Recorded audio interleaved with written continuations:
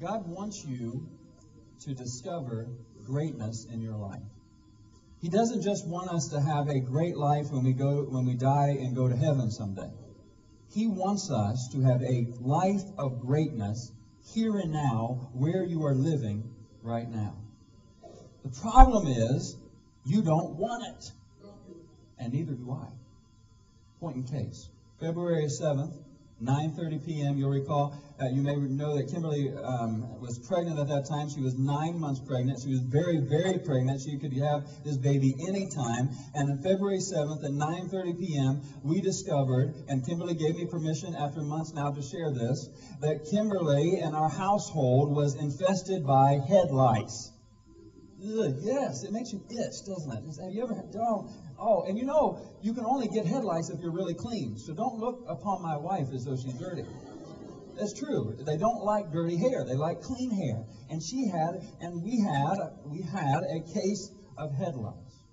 And so Kimberly's 9 months pregnant, and she's just standing in the middle of the bedroom. I'll never forget it, just pregnant and looking around like, oh my gosh. And she's freaking out, and Anna's screaming because I didn't realize that she would take it the wrong way when I just started frantically going through her room and shoving every toy and everything in her in trash bags. And she thinks Daddy's throwing everything in her room away, and her heart's broken. And Mama and Papa come over, and we go down and we spend half of our life savings on Ridge shampoo and combs and everything else. And we wash my hair and Anna's hair, God bless her, and Kimberly's hair, and Uncle Ronnie's hair, and Mama's hair, and Papa's hair, because they had all been helping, and we didn't want this thing to spread. And so about 2:30 in the morning, we're still trying to clean everything up, and we read on the internet that lice can't live without a human host after 48 hours. And I said, get in the car, we're going to a hotel.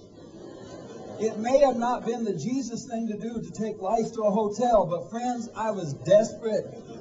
She was pregnant, the baby's crying. I'm like, let's get out of here. And so we go to the hotel, and before we got to the hotel, I realized that I had already sanitized our van, and I didn't want little lice crawling off of Kimberly's hair into our seats. And so I said, Kimberly, you've got to wear something. And she came out wearing a Walmart bag on her head. Wouldn't you love to see a picture of that? I have one. Look at this.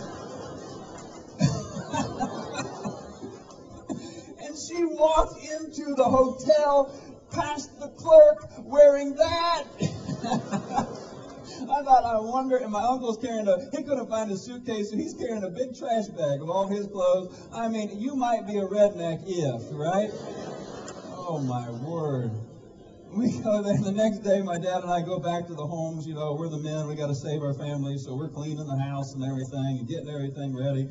I get back that night, and I am so dead tired. And when it's 8 o'clock and Anna goes to bed, man, I'm out with her, and I'm asleep, and I'm sleeping well, and all of a sudden I hear Kimberly about 11:50 p.m. say, Chad. And being the good, loving husband I am, I completely ignored her and prayed to God. I thought, Lord, what could be so important? I am exhausted. I have worked all day. I am tired. We were up all night. She knows I need sleep. Please let her leave me alone. What could be so important? And then she told me what was so important. Chad, my water just broke. And I looked up at the ceiling and I said, God, this is not funny. And so we get up, and we go waddling. She goes waddling out through the lobby. The same clerk is there that saw her come in with the bag on her head, and now he's watching a little puddle follow her wherever she goes. I thought, oh my goodness, Lord, get us out of here. She finally goes and she has the baby and all is well. And I tell you this story because as I look back on it, I see the two of us sitting in the bathroom sifting through one another's hair, trying to find lice and little eggs they leave behind. And I hear God say this, now that is greatness. And now you see why I say you don't want God's greatness, and neither do I. Because of the way Jesus defines it in Mark chapter 9. Turn on the back of your bulletin with me and we'll read it. It says, they went to Capernaum, and when Jesus was safe at home, he asked them, what were you discussing on the road? And the silence was deafening, because the disciples knew they had been arguing with one another over who among them was the greatest. And Jesus sat down and summoned the 12 disciples, and he said, so you want first place? Then take last place and be the servant of all. And he put a child in the middle of the room, and then cradling the little one in his arms, he said, "Whoever embraces one of these children as I do embraces me, and far more than me, embraces the God who sent me." God wants you, He wants me to experience greatness in this life. It's just that Jesus shows us that the way to greatness begins with a change of definition. While Jesus is sharing, because just before this, Jesus is sharing with his disciples, he is going to suffer, he is going to die, so that he can save the lives of others. And while Jesus is talking about him dying, the disciples are arguing over who among them is going to be the greatest. And I tell you, it will happen in any gathering where there are human beings.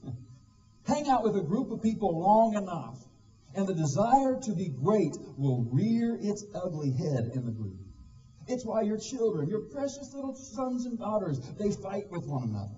It's why oftentimes your workplace may look more like a soap opera. It's why churches split over silly things like the color of the paint on the walls. Because we have this built-in need to be great. That is to be first. It is to be recognized, to be rewarded, to look good, to stand out, to be right. And Jesus does not despise the desire to be first, but his definition of greatness stands our culture's order of priorities upside down on its head. And in the presence of Jesus, we see this ugly side to ourselves that we don't like to admit that we have. The disciples didn't want to admit that they had this ugly side, and we have this ugly side of pride and jealousy and manipulation and resentment. And the disciples saw this in themselves, and so when Jesus said, "What are you arguing about?" they became very quiet, heads down. No one wanted to make eye contact with Jesus. And Jesus says, "Now you're ready to listen." And he gives them the definition of greatness. So you want to be first, he says, then take last place and be the servant of all. You want to be first, then take last place and be servant of all. Did you hear that? He's saying that greatness happens when you pick lice out of the head of someone else. Who wants to be great? And Jesus says he didn't stop there with the definition of words, but he gave a practical application. Verse 37.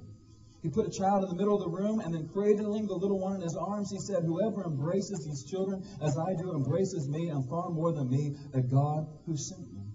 To understand the power of Jesus' words here, we have to understand the setting in which he spoke. Because in that day, in that time, in the Greco-Roman world, children were held with a very low esteem. It's very different than the way we value children today. We almost go to the other extreme and make them the rulers of our homes, and we value them so highly. But in Jesus' day, they valued them very lowly. In fact, they were really, children were just a means to the end. They were a way to have more work for your family to get done. Slaves were valued more than your children because a slave was more productive to you.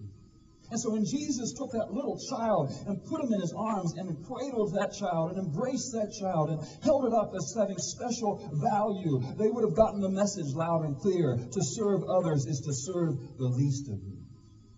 Jesus says we become great when we embrace, when we receive, when we welcome, when we open our arms wide. To whom? To the little ones. Who are the little ones? Anyone and everyone who is in need of sympathy, protection, guidance, help of any kind.